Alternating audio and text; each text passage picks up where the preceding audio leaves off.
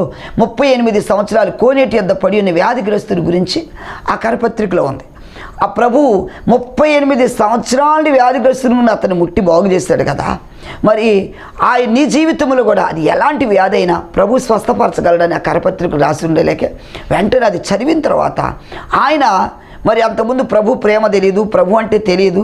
ఆయన గౌతమ్ బుద్ధుణ్ణి మరి ఆయన ప్రార్థించేవాడు. ఎప్పుడైతే ఈ ఒక కరపత్రిక చూసేరేకే ఆయనకి వెంటనే ప్రభువునందు విశ్వాసం వచ్చింది.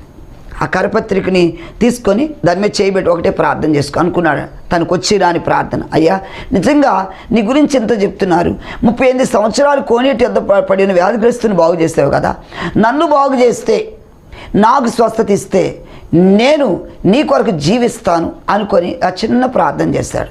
అలా ప్రార్థన చేసిన తర్వాత ఆ రాత్రి కొంచెం ఆయనకు ఉపశమనంగా అనిపించింది. అయితే తర్వాత చూస్తున్నాడు.